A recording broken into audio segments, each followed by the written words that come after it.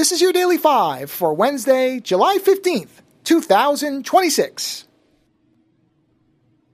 For the second movie in what, not really on purpose, ended up being sequel week, we watched another sequel. The first one, of course, I reviewed on Monday was Mortal Kombat 2. And today we did a movie a slight bit older, 1987's Deathstalker II, Duel of the Titans.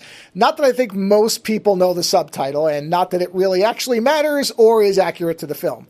In any event, we watched this movie because I'm not the biggest fan of Deathstalker 1, the original one, because it's a very mean movie and I just don't like it.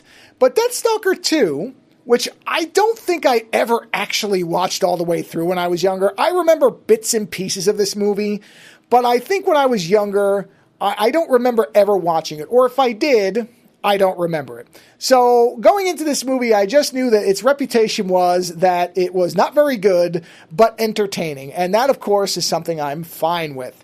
So the movie is essentially a chopping mall kind of semi-reunion because some actors and the main director and writer were involved in Chopping Mall, and the lead in this movie, John Terlesky, I think is the name, was one of the individuals who gets killed early on in Chopping Mall, and the Monique Gabrielle, who is a Penthouse Playmate, or whatever the term is. I don't remember what the Penthouse thing was. No, is it Playboy Playmate? Whatever the Penthouse version was, she was one. And I, of course, have seen, as many people who have any familiarity with this movie probably have, different images of her and her awful, awful acting, which is, I will tell you right now, a selling point of the movie. And so Lando and I went into this. Lando didn't really remember it either. He thought maybe he'd seen it too, but had forgotten most of it. And I gotta tell you, we had a rockin' good time with this movie. It is a McDonald's film. You know there's nothing really all that good about it. In fact, there are things that are objectively terrible about it, and yet it remains a entertaining, really, really low-budget Conan-type film. The thing that makes it work, above all, really, what really sells this movie, is that the two leads, one of them is having a great time and is a decent actor who actually has probably the best outfit in the whole, in terms of actual costume quality, who probably is wearing the best outfit in the whole movie. He's having a blast just being a Han Solo type barbarian. And then he is acting against a woman who I don't even know how to quantify what her acting approach is. I would venture to guess that she was not hired on the strength of her acting chops, but perhaps for other assets that she brought to the film. And that's all I'll say about it. I have seen her in other movies, and she is better. So this may have been one of her first ones, or maybe she just was trying to figure out how to act. So I've seen her in other stuff, and she's not nearly as bad as in this, which maybe it was a directorial decision. They told her to kind of ham it up. I don't know.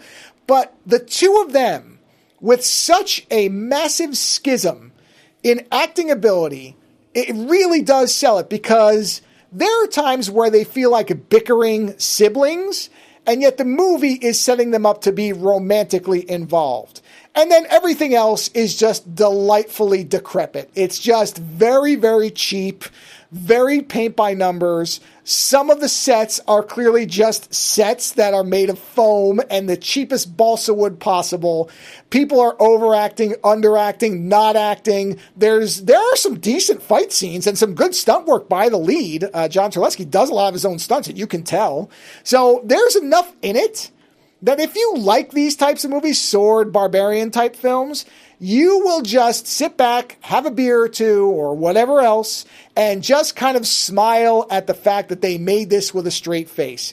It never slows down. It never gets boring. It keeps moving, and it will persistently put a smile on your face as long as you are okay with knowing that this is absolutely a $3 version of a Conan story. So again, going in, if you're aware of that and you understand the limitations that the budget and the acting ability has outside of the main lead, the Deathstalker character, and you just go in with a clear idea of what this movie is and what it's going to provide, then actually I would say Deathstalker 2 for most people will end up being a lot of fun, and that's about all, and that's perfectly fine. Later.